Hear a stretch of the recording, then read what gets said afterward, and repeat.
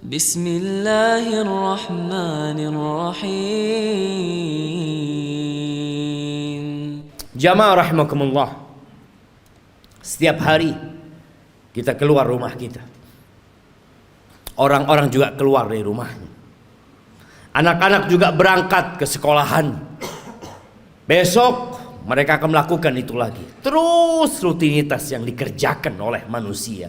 Ada yang ke pasar, ada yang ke kantor, ada yang ke pabrik, ada yang di jalanan. Semuanya mencari apa? Mencari uang, mencari harta. Allah telah menanamkan di dalam jiwa kita kecintaan kepada harta.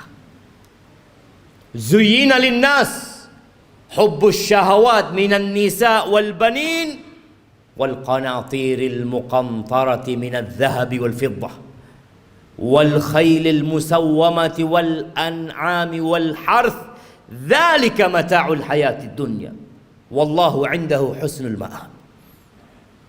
Allah menjelaskan kepada kita bahwa telah ditanamkan kecintaan syahwat kepada wanita, kepada anak-anak, kepada harta yang berlimpah ruah, yang bertumpuk-tumpuk.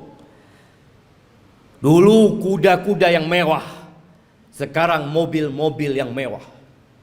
Pertanian, peternakan, itu sesuatu yang sudah dicintakan kepada kita. Itu kesenangan kehidupan dunia. Tapi di sisi Allah ada tempat kembali yang baik. Lihatlah orang terkaya di dunia ini. Kemana dia bawa hartanya? Dia tinggal.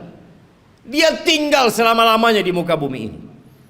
Di negeri ini kita sering membaca 10 orang terkaya. 1 fulan, 2, 3, 4, 5, 6, 7, 8, 9, 10, semua hartanya ditinggal. Hati-hati dengan dunia ini. Jangan sampai kita tertipu. Silahkan bekerja, silahkan cari harta, tapi ambisi kita bukan dunia. Karena kita gak lama tinggal di dunia, jemaah. Sungguh sangat bodoh manusia yang menimbun hartanya di sebuah tempat.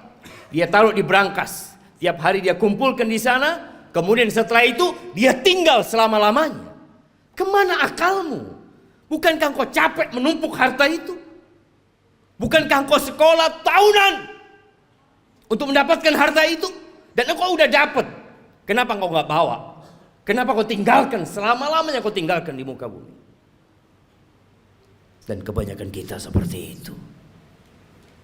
Hanya bekerja dan terus bekerja, kemudian pergi meninggalkan dunia. Ahibati fillah, sebagian kita sudah hidup menderita jiwanya. Maka disebutkan oleh WHO sudah ada 1 miliar manusia yang sakit jiwa, sakit mental. Kata Nabi SAW mengingatkan para sahabatnya, kaifa antum idza futiyat alaikum faris wa rum ayu qaumin antum. Kira-kira bagaimana kondisi kalian? Nabi menyampaikan ini dalam kondisi sahabat susah, tidak tahu apa yang besok mereka makan. Dalam kondisi sebagian sahabat ketika berangkat perang, sehari hanya makan 1 butir kurma. Sehari hanya 1 butir kurma. Rasulullah SAW menyampaikan ini dalam kondisi sahabat berangkat perang, dalam kondisi tidak ada alas kaki buat mereka, sampai kuku mereka ngelupas. Nabi menanyakan kepada mereka yang hidup menderita secara harta pada waktu itu, kira-kira bagaimana kondisi kalian apabila Persia dan Romawi ditaklukkan, kemudian harta mereka dibagikan kepada kalian? Ayu qaumin antum. Kira-kira kalian jadi orang yang seperti apa? Kata Abdurrahman bin Auf, nakun kama qala Allah Au kama yaqulullah. Kita akan menjadi manusia seperti yang Allah inginkan, yang Allah perintahkan. Kata Nabi SAW, awa ghaira dhalik. Mungkin gak seperti itu, kata Nabi SAW. Jamaah, kita pernah susah secara ekonomi. Ingat dulu mungkin ketika motor kita motor bekas. Ingat dulu ketika kita sebagian belum menikah, nggak punya apa-apa.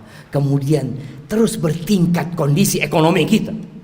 Semakin membaik. Dan terus Allah kasih lagi kepada kita. Sekarang bagaimana kondisi kita? Abdurrahman bin Auf mengatakan kita akan menjadi orang seperti yang diinginkan oleh Allah dan Rasulnya. Tapi kata Nabi SAW, mungkin nggak seperti itu kalian. Apa yang akan terjadi? Tatanafasun. Yang pertama, kalian akan bersaing. Udah punya harta banyak, yang seharusnya hidup tenang, sakit jiwa. Terus dia bersaing.